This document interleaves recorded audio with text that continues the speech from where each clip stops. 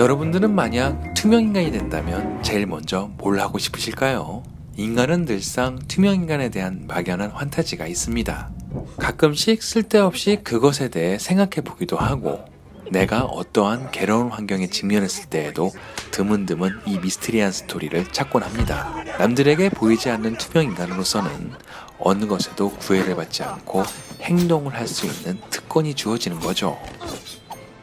언제 어디서나 감시를 받는 현대인으로서는 달콤한 상상이 아닐까 생각해 봅니다. 오늘은 이런 투명인간이라는 소재를 진지하게 다룬 영화가 있어 소개시켜드리려 합니다. 여기는 투명인간을 연구하는 케인의 연구소. 희대의 천재라고 하는 케인 박사에게 정부가 돈을 지원하면서 투명인간 프로젝트를 진행하게 하는데요. 영화 초반 굉장히 흥미로운 것은 이미 생명체를 투명하게 하는 기술이 개발되었다는 것입니다. 그런데 문제는 일단 투명화가 되면 다시 원상복구를 시키지 못한다는 것인데요. 그래서 계속적으로 프로젝트를 마무리 못하고 이곳에서 지내며 연구를 하는 것이죠. 영화 스토리상 투명인간의 개발 과정을 뛰어넘는 걸 보면 본격적으로 투명인간이 된 이후부터 이야기를 빠르게 전개하겠다고 하는 감독의 의지가 엿보입니다.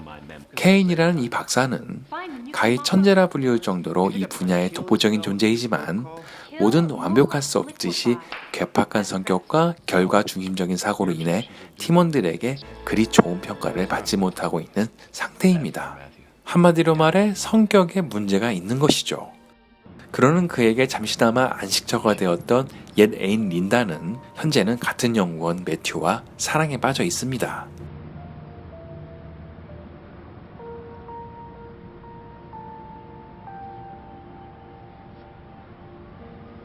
아무튼 이들은 다시 동물 실험을 통해 투명을 다시 원상복구시키는 실험을 계속적으로 진행하게 되고 급기야는 성공하게 됩니다.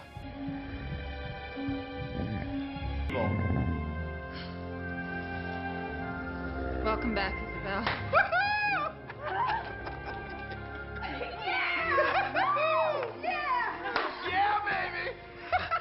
케인은 자신의 야망을 위해 정부에 거짓복을 올리고 시간을 벌게 되죠.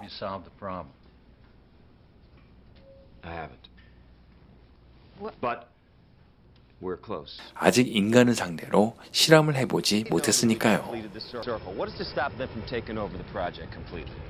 물론 사람을 상대로 실험을 하는 행위는 명백한 불법입니다. 시간의 촉박함을 느낀 케인은 자신이 자원해 실험을 감행하게 되고 팀원들의 만류에도 불구하고 극심한 고통과 함께 투명인간이 되고 말죠.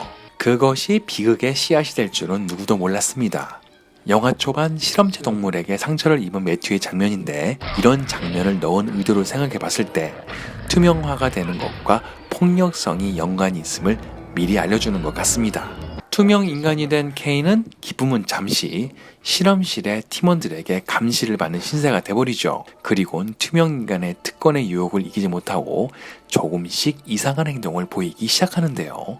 자신과 매일 티격태격했던 여자 직원의 웃옷을 벗기는 행위를 서슴지 않는 것부터가 조금씩 소름 돋게 합니다.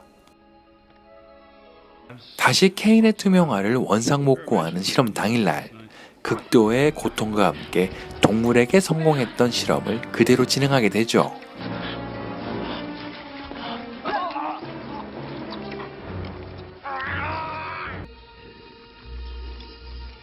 그러나 원래대로 돌아오지 못하는 케인.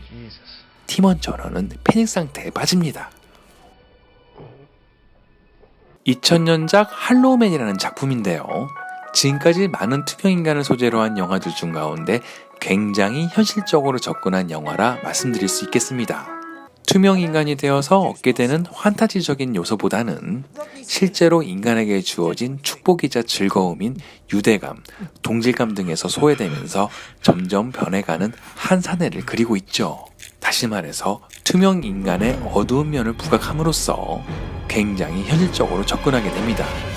여기 주인공을 맡은 케빈 베이커라는 배우는 여러분들도 알다시피 스릴러, 공포, 코믹 등의 모든 연기를 아우르는 헐리우드 명배우 중 하나인데요. 저로선 가장 기억에 남는 작품이 1990년 불가사리입니다. 그의 옛딘 젊었을 적 모습이 눈에 선하네요. 그리고 매튜 역으로 나오는 조시 브롤린이라는 배우인데 지금 가장 신고가를 달리고 있는 인기 배우 중 한 사람입니다. 타노스라고 하면 바로 아하 하시겠네요. 린다 역으로 나온 엘리자베스 슈는 명작의 반열에 오른 라스베가스를 떠나면서 절망에 빠진 알코올 중독자를 사랑하는 길거리 매춘부로 나와 인상 깊은 연기를 보였던 여배우입니다. 나이가 들어도 그녀의 미모가 빠지지 않음을 확인하고 싶으시다면 피라냐를 한번 보시면 좋을 듯 합니다. 이런 명배우들이 만나 투명인간이라는 주제로 공포영화를 만들었다니 과히 당시에 많은 주목을 받았을 듯 합니다. 투명인간을 소재로 한 영화를 몇 편 소개시켜드리자면 고전 영화 중엔 1992년에 만들어진 투명인간의 사랑이 있고요. 최근에는 이번 연도에 개봉한 인비저블 보이라는 꽤 신선한 영화가 있습니다. 투명인간이 된 남자아이의 영웅담이죠. 아무리 봐도 이 영화의 모티브가 되는 작품은 1933년작 투명인간이라는 영화일 겁니다. 이 영화도 레인즈라는 박사가 투명인간이 되는 약을 발명하고 그로 인해 점점 끔찍한 범행을 저지른다는 이야기죠. 자, 그럼 돌아가 남은 이야기를 계속 해볼까요? 케인은 실험에 실패하고 언제까지 이런 모습으로 지내야 할지 모릅니다. 평생 이렇게 지내야 할지 모르는 두려움 속에 잠시 동안 쓰고 있는 저 가면이 더욱 으시시하게 느껴지죠. 케인은 급기야는 팀원들에게 보고도 없이 연구실을 빠져나갑니다.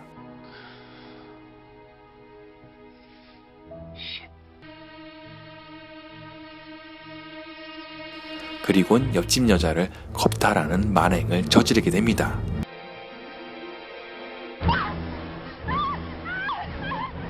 계속적인 보건 테스트를 실패하는 나날이 이어지고 그로 인해 점점 그의 성격도 난폭하게 변하게 되죠. 다시 린다와 새 출발을 하고 싶었던 케인은 매튜와 사귀는 모습을 보고 더욱 삐뚤어지기 시작하죠. 정상적일 때보다 감정의 기복이 심하고 컨트롤이 점점 안 되는 걸 보면 투명인간이 된다는 것은 잠재되어 있던 폭력성을 깨우는 듯 합니다. 점점 투명인간이 된 케인의 능력을 두려워하는 팀원들은 이것을 주의에 알려 조치를 취하려 하죠. 린다와 매튜는 프로젝트를 총괄을 맡은 크레이머 박사에게 찾아가고 모든 사실을 밝히게 되죠. 케인은 그것을 알고 자신의 프로젝트를 중단하려고 하는 박사를 죽이는 일까지 서슴지 않게 됩니다. 넘지 말아야 할 선을 넘은 것이죠. 이제 팀원들이 자신에게 등을 돌렸다고 생각하고 그들을 죽이려는 끔찍한 행동을 하게 됩니다. 이 실험에 참가한 사람들이 없어지면 자신은 투명인간으로서 세상을 마음대로 주무를 수 있게 되기 때문이죠. 안 그러면 정부에게서 평생 쫓겨다니는 신세가 될 테니까요. 이들은 괴물이 된 케인에 맞서 이 상황을 잘 수습할 수 있을까요?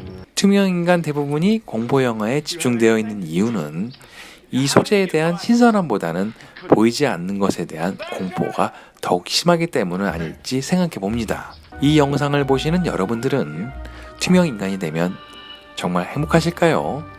아니면 케인처럼 불행해지실까요? 좋은 주말 되세요.